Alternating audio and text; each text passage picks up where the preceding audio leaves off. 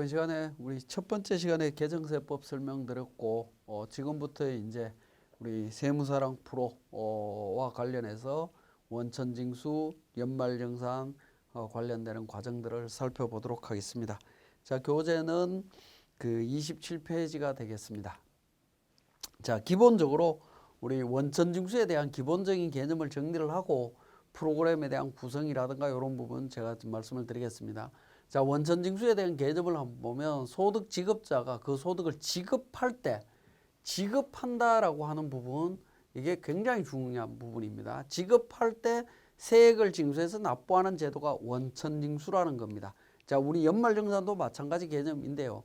결과적으로 뭐냐면 소득 지급자, 즉 소득 지급자를 원천징수 의무자라고 이야기하고 원천 납세 의무자, 즉 소득의 귀속자가 되겠습니다. 소득을 지급할 때 이 소득 귀속자의 세액을 원천징수해갖고 국가에다 납부하는 부분이 되겠습니다. 이 제도가 원천징수라는 겁니다. 결국에는 뭐냐면 이 소득을 원천징수하는 시기가 소득을 지급할 때라는 거죠. 그죠? 이 원천징수 제도는 조세의 납부, 징수 방식 중에 하나가 되겠습니다. 그래서 지급할 때 원천징수한다라는 거 굉장히 중요한 단어가 되겠습니다. 자, 원천징수 의무자는 소득을 지급하는 자로 규정을 하고 있습니다. 소득을 지급하는 자로 규정을 하고 있고 개인과 법인의 구분이 없습니다. 그리고 사업자 등록 여부와도 상관이 없습니다. 원천징수 대상 소득으로 지급 사실 발생만으로 원천징수 의무가 발생한다라는 겁니다. 그래서 원천징수 의무자의 범위에는 제한이 없다라는 점. 근데 우리 연말정산과 관련해서는 대부분은 뭐죠? 사업자 등록이 있는 사업자가 되죠. 그러니까 회사가 그러니까 우리한테 직원들한테 월급을 주면서 세액을 떼고 연말정산을 하죠. 그러니까 회사가 원천징수 의무자다, 이렇게 이해를 하시면 되겠습니다. 자, 원천징수 시기 및 신고 납부. 일반적인 경우에는 원천징수 대상 소득, 지금은 이제 근로소득이 됩니다. 근로소득이 되겠는데 연말정산과 관련되는 부분은 근로소득이 되겠죠. 근로소득을 지급할 때 원천징수를 한다라는 겁니다. 이 지급할 때 원천징수를 하는 거기 때문에 우리 세무사랑 프로에서는 자급연도와 밀접한 관련이 있다. 자급연도와 연결이 되어 있다라고 보시면 됩니다. 제가 좀 이따가 프로그램에서 말씀을 드리겠습니다. 자, 지급일이 속하는 달에 다음 달 10일까지 신고 납부한다. 지급할 때 원천징수를 해서 이 지급일이 속하는 달에 다음 달 10일까지 일반적으로 신고 납부하도록 되어 있습니다. 그래서 매월 10날에 원천세 신고 납부한다라고 보시면 되겠습니다. 자, 그런데 원천징수 시기특례가 있습니다. 시기특례는 어떤 의미냐면 지급 시기를 말합니다. 지급 시기에 대한 특례다라고 이해를 하시면 되겠습니다. 자, 적용 대상은 연말정산 대상 사업소득, 근로소득, 퇴직소득, 배당소득에 대해서는 지급 시기 특례가 있습니다. 언제까지 지급하지 않으면 지급한 걸로 본다. 대표적인 게 근로소득 같은 경우에는 11월 급여죠. 11월 달까지 급여를 12월 31일까지 지급하지 않으면 12월 31일 날 지급한 걸로 본다. 12월 달 급여를 다음 연도 2월 말일까지 지급하지 않으면 2월 말일 날 지급한 걸로 보고 원천징수 하도록 돼 있다라는 겁니다. 근로소득에 대한 부분들은. 그래서 이런 지급 시기 특례도 있다라는 점 기억을 하셔야 되겠습니다. 자, 원천징수 지급 시기 특례에 대해서 연말정산 사업소득, 근로소득, 퇴직소득은 다음의 특례일이 속하는 달에 다음 달 10일까지다. 방금 설명드렸죠. 12월 말일까지 미지급된 급여에 대해서는 12월 말일까지 지급한 걸로 보겠다. 그리고 다음에 2월 말일까지 미지급된 부분에 대해서는 다음에 2월 말일까지다. 이렇게 표현이 되어 있는데, 자, 이 부분은 자, 위에 있는 부분은 11월 분까지, 11월 귀속분까지, 그죠? 분에 대해서 12월 말일까지 미지급하면 12월 말일 날 지급한 걸로 본다라는 거고요. 2월 말일까지 미지급된 부분에 대해서 2월 말일 날 미지급된 걸로 본다. 요거는 12월분에 대한 부분입니다. 12월 귀속분에 대한 부분이 12월 귀속분에 대해서 2월 말일까지 미지급되면 2월 말일 날 지급된 걸로 보고 원천징수를 하겠다. 그런 의미입니다. 자, 그다음에 배당소득은 배당 또는 그 분배금을 분배금을 그 처분 결정한 날로부터 3개월이 되는 날까지 미지급한 경우에는 3개월이 되는 날 지급한 걸로 보고 원천징수를 합니다.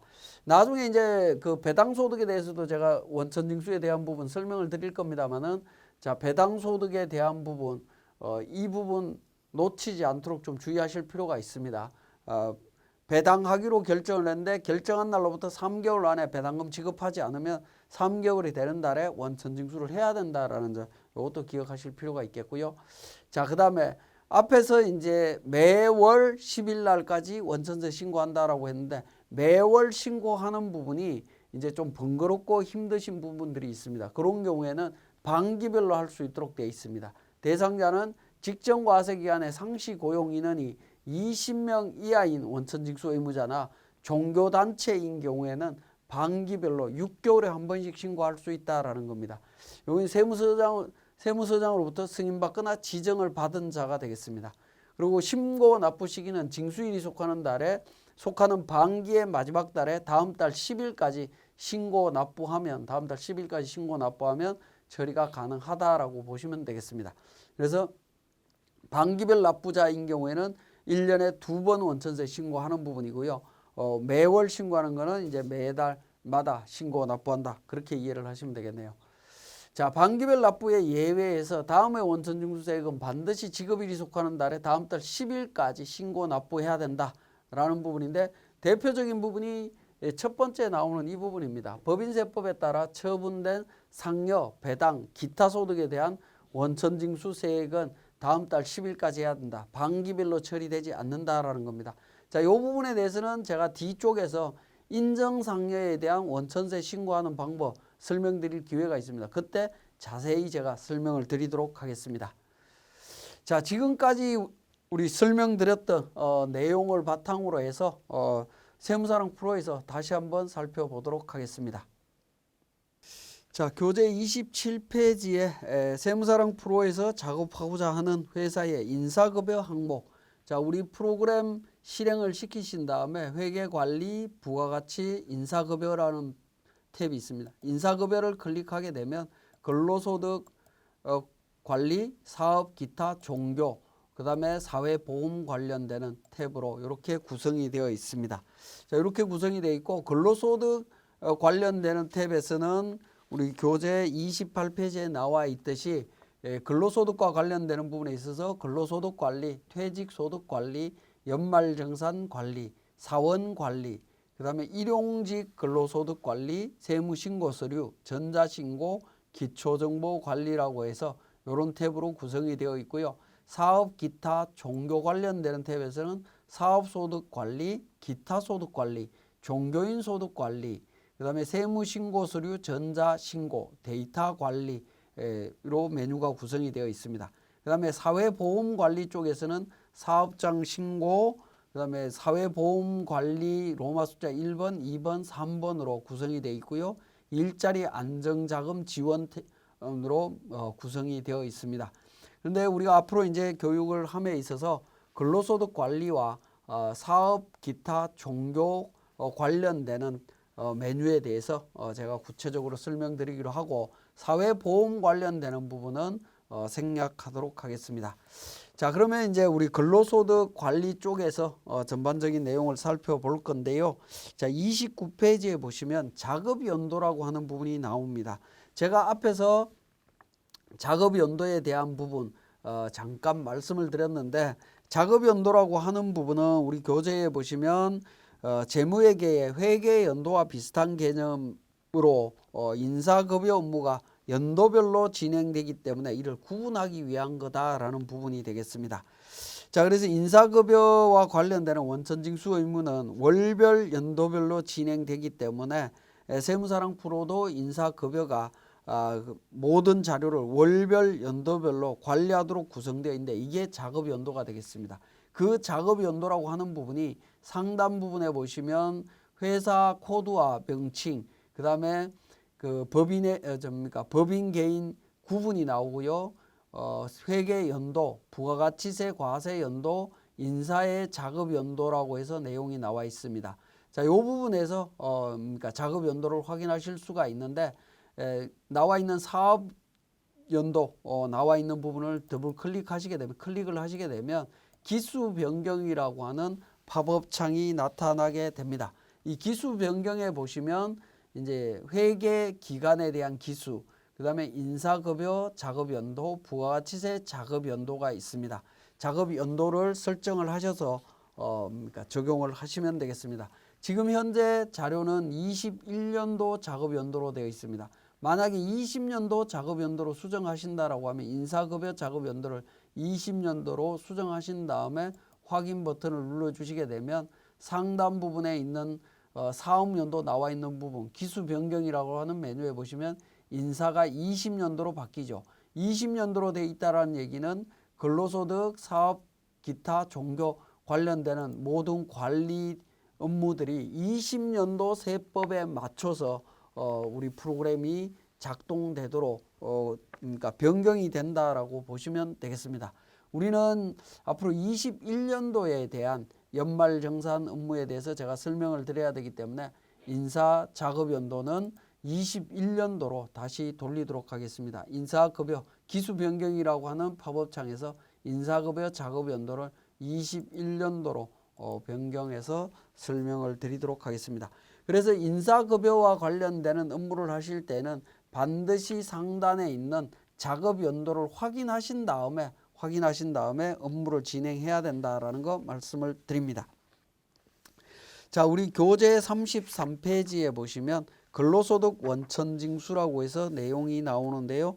자, 33페이지에 근로소득과 관련해서 인사급여 중에 근로소득 관리 쪽에 있는 내용들을 구체적으로 이제 설명을 드리려고 합니다.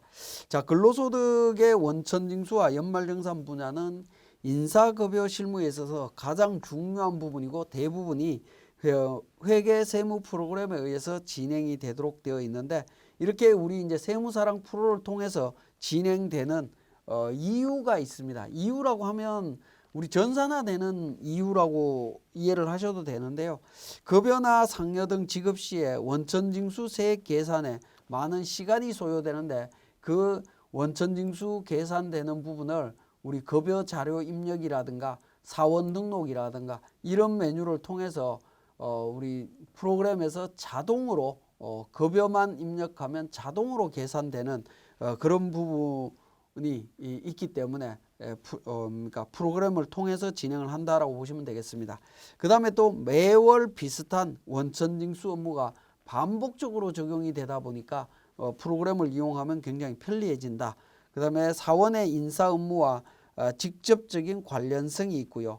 연말정산 작업 시에 각종 공제사항이나 이중근로 합산 등의 업무량이 증가하기 때문에 우리가 요즘은 이제 수작업으로 연말정산이라든가 이런 것들을 진행하기가 현실적으로 어렵다라는 겁니다. 그래서 프로그램을 통해야 된다라고 보시면 되겠고 일정 규모 이상의 기업은 직업명세서 제출이 또 전자신고하도록 의무화되어 있습니다. 그래서 직업명세서를 제출을 하려면 우리 프로그램을 통할 수밖에 없는 부분이다.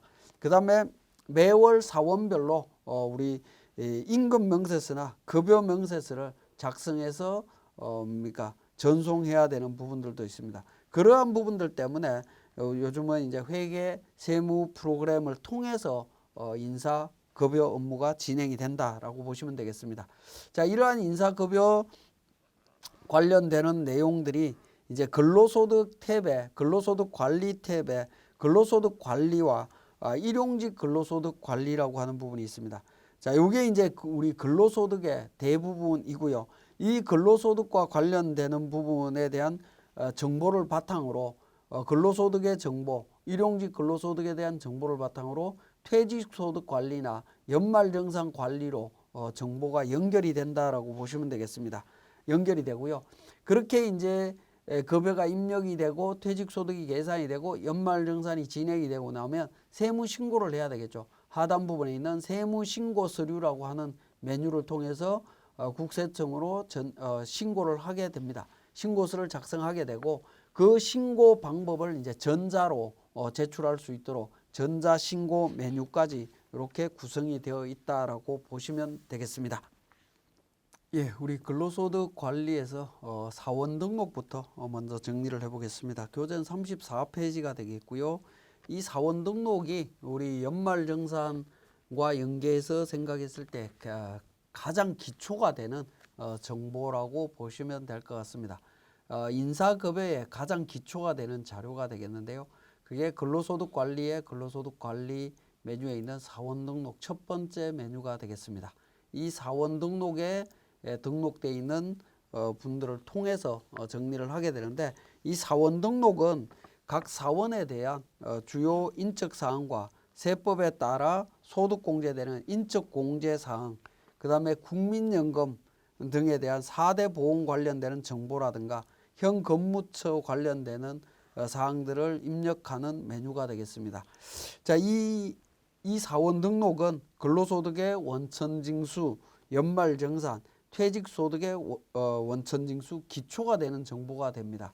자, 그러한 정보가 되는데, 사원 등록을 할 때 자료를 이제 등록을 해야 됩니다. 자료는 그 인적사항과 관련되는 부분, 성명, 주민등록번호, 그 다음에 입사 연월일부터 시작해서 퇴사 연월일까지 정보들을 입력을 하게 되고요.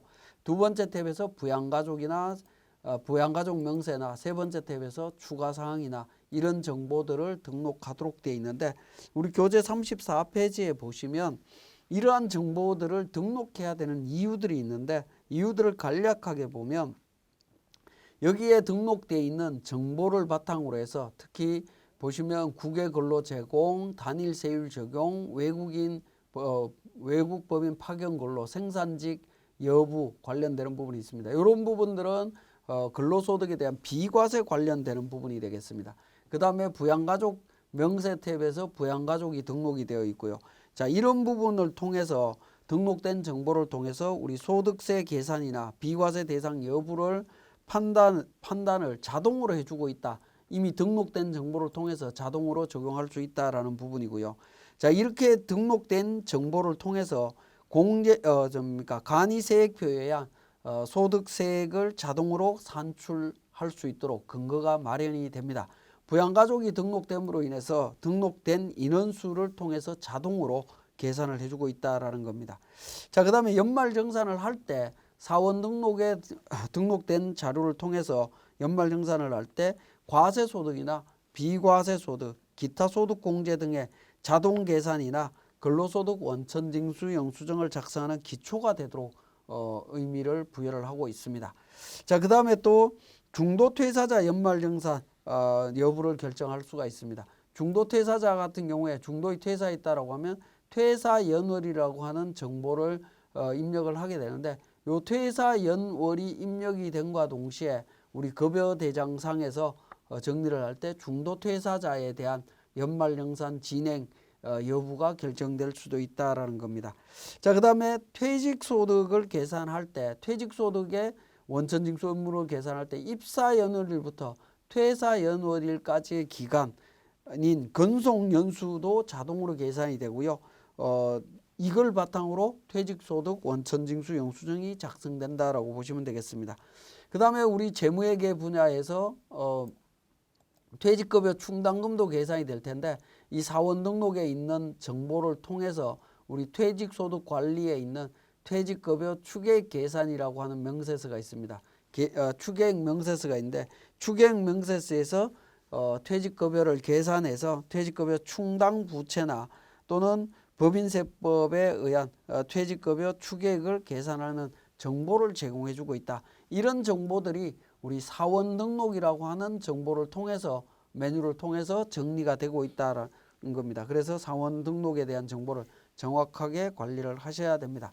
그러면 이러한 사원 등록의 정보는 매년 등록해야 되느냐는 부분인데, 계속 근로하고 있는 근로자의 경우에는 2월 기능을 통해서 사용하실 수가 있습니다.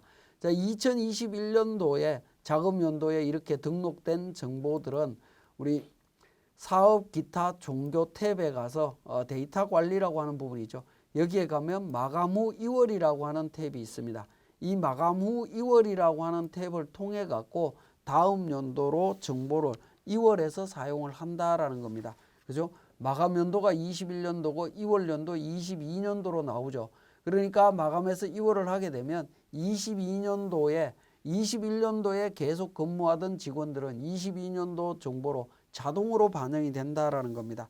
그렇기 때문에 신입사원만 다음 연도의 작업 시에는 신입사원만 추가로 등록해서 사용할 수 있도록 2월 기능도 있다라고 보시면 되겠습니다. 그리고 이제 사원 등록 메뉴에서는 이제 등록을 할 때 35페이지에 보면 고려해야 되는 점을 한 3가지 정도 나열을 하고 있습니다. 매월 소득세 징수 시에 필요한 공제 정보, 직종 구분, 국외 근무 여부를 입사 시 제출하는 주민등록 등본을 보고 제대로 관리를 해야 된다라는 걸 이야기를 하고 있습니다. 자, 우리 사원 등록에서 보시면 요게 이제 기본사항, 부양가족 명세 추가사항이라고 하는 정보들이 있는데 이러한 정보들은 주민등록 등본을 보고 정확하게 입력을 해야 된다라는 겁니다. 특히 부양가족 명세에서는 부양가족 명세와 관련되는 부분은 내용을 정확하게 파악이 되었다라고 하면 미리 등록을 하시면 되겠고 만약에 일반 급여 지급할 때 뭡니까 부양가족 명세가 등록되어 있지 않다라고 하면 뭡니까 미진하다라고 하고 연말정산 때 우리가 추가로 등록을 할 수도 있습니다. 연말정산 추가자료 입력이라고 하는 메뉴에 들어가게 되면 부양가족 탭이 있는데 여기에서 등록해도 마찬가지로 그러니까 반영이 될 수 있다라고 보시면 되겠습니다. 자, 이렇게 이제 반영된 자료들이 우리 마감 후 2월이라고 하는 기능을 통해서 다음 연도로 정보를 이월할 수 있다라는 부분입니다. 그게 36페이지에 제가 설명을 해놨고요. 37페이지에 사원 등록 입력에 대한 구체적인 내용들을 설명하고 있습니다. 자, 그 부분을 같이 한번 살펴보도록 하겠습니다. 자, 사원 등록은 기본적으로 기본사항과 부양가족 명세, 추가사항 이렇게 3가지 탭으로 구성이 되어 있습니다. 먼저 기본사항에 대한 부분을 간략하게 정리를 해보도록 하겠습니다. 자, 기본사항을 그러니까 말씀드리기 이전에 왼쪽에 보시면 4번 성명, 주민등록번호, 외국인 등록번호가 있습니다. 자, 4번은 회사 자체적으로 관리하는 번호라고 보시면 되겠고요. 그 다음에 성명은 직원의 이름을 적으시면 되겠습니다. 주민등록번호는 이 관리번호, 그러니까 주민등록번호 앞에 관련되는 번호의 종류가 나옵니다. 1번 주민등록번호, 2번 외국인 등록번호, 3번 여권번호 해서 있습니다. 우리가 실무적으로는 거의 대부분 접할 수 있는 부분들은 주민등록번호가 거의 대부분일 겁니다. 외국인의 경우에는 외국인 등록번호도 가끔 나오긴 하는데 실무적으로는 대부분 주민등록번호로 기재를 하고 있기 때문에 주민등록번호와 관련되는 부분은 우리 주민등록 등본이나 신분증을 통해서 정확하게 확인하신 다음에 등록하시면 되겠습니다. 자, 오른쪽에 이제 기본사항으로 넘어오게 되면 사원별로 기본사항으로 넘어와서 입사 연월일부터 16번에 있는 퇴사 연월일까지 정보를 등록합니다. 입사 연월일은 직원이 회사에 입사한 날을 등록하시면 되겠고 급여, 상여, 퇴직금 계산의 시작일이 되는 날이다라고 이해를 하시면 되겠습니다. 그 다음에 외국인이냐 내국인인 경우에는 1번, 외국인인 경우에는 2번을 선택하시면 되겠고요. 외국인의 경우에는 내국인을 선택하시게 되면 3번의 국적이나 이런 부분들은 대한민국으로 자동으로 반영이 되고요. 외국인으로 선택을 하시게 되면 김외국이라고 해서 외국인을 선택한 부분이 있는데 외국인을 선택하시게 되면 3번에 외국인 국적이라고 해서 국적을 찾아서 입력을 하셔야 됩니다. 자, 이 국적은 말풍선이나 F2번 키를 통해 갖고 국적을 찾아서 입력하시면 되겠고 외국인의 경우에는 비자에 대한 부분, 즉 체류 자격에 대한 부분도 등록을 해 주셔야 되겠습니다.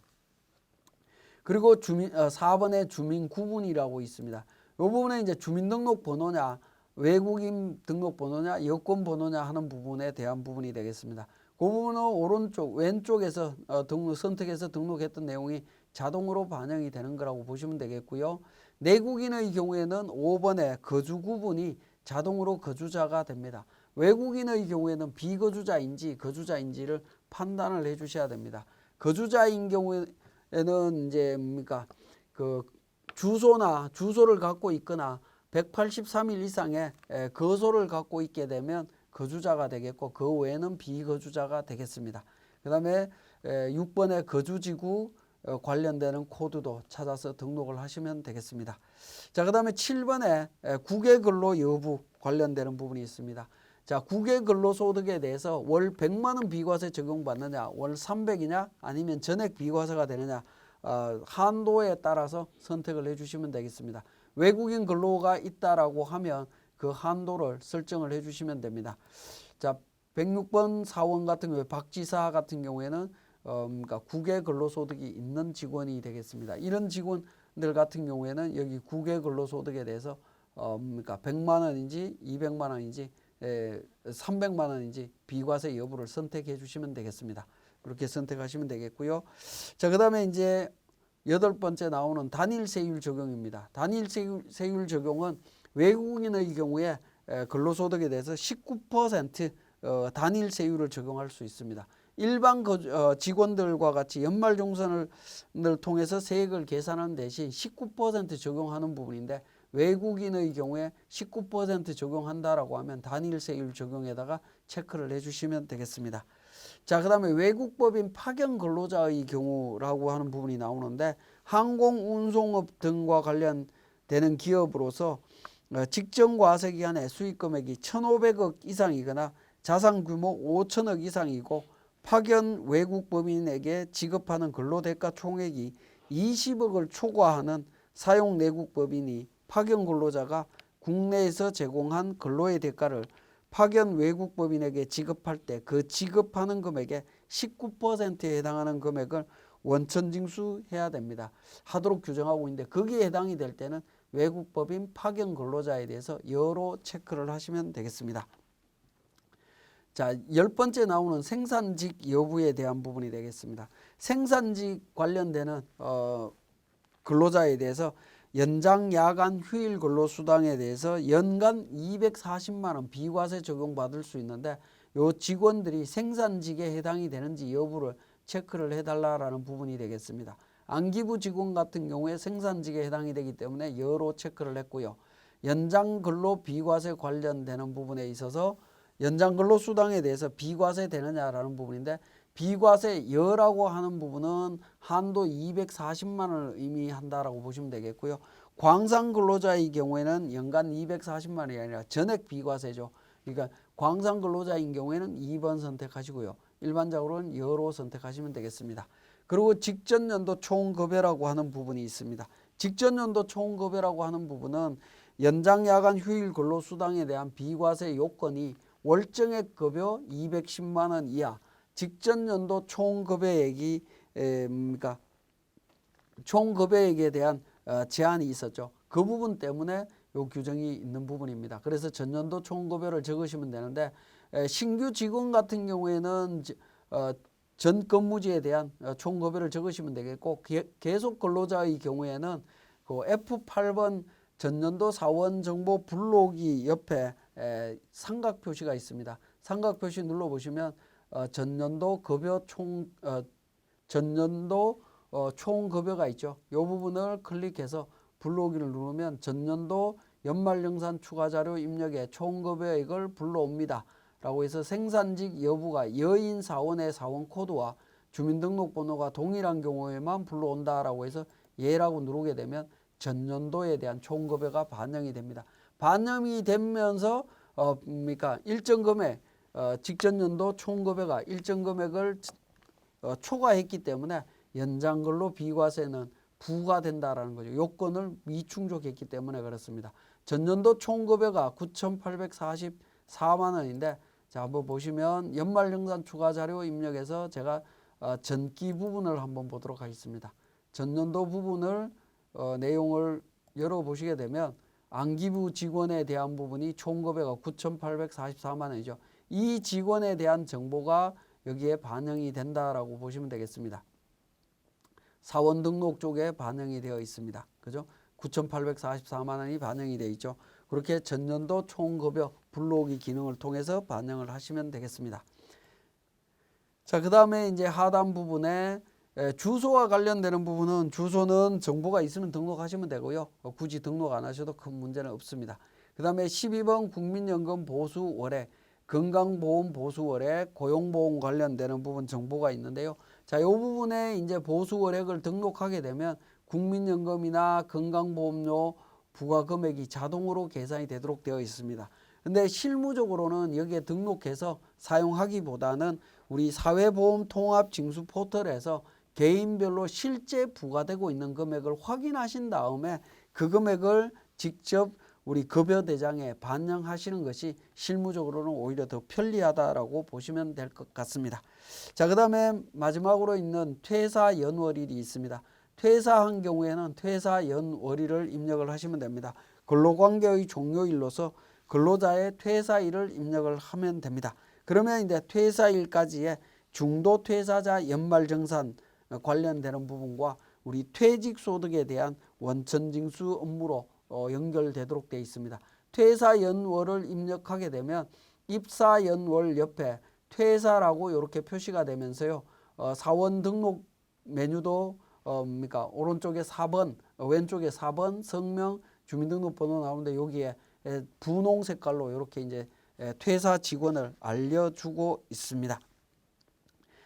그렇게 이제 정리가 된다라고 보시면 되겠고요. 자, 우리 이렇게 이제 퇴사 직원이 있을 때 우리 그러니까 사원 정보를 마감 후 이월을 하면 어떻게 되느냐 하는 부분인데 사업 기타 종교 쪽에 마감 후 이월이라고 하는 기능이 있습니다. 마감 후 이월이라고 하는 기능 쪽에서 퇴사 직원에 대한 정보까지 이월을 하겠느냐라는 부분인데 일반적으로는 퇴사한 직원에 대한 정보는 이월하실 필요는 없습니다만은 혹시라도 이월을 해야 된다라고 할 때는 F6번 퇴사자 포함이라고 하는 부분에서 등록을 하시면 됩니다. 사원 등록에 있는 퇴사자 포함 여부에서 보통은 이제 미포함으로 되어 있을 텐데 포함이라고 체크를 하신 다음에 종료하시고 마감을 하게 되면 퇴사한 직원까지 같이 2월에서 넘어간다라고 보시면 되겠습니다. 그런 기능도 있다라는 거 말씀을 드리고요. 자, 그 다음에 사원 등록에서 우리 보시면 지금까지 이제 기본 사항에 대한 부분을 말씀을 드렸고 다음 시간에 우리 부양가족 명세와 관련되는 부분을 설명을 드리도록 하겠습니다. 자, 이번 시간 교육 여기서 마치겠습니다.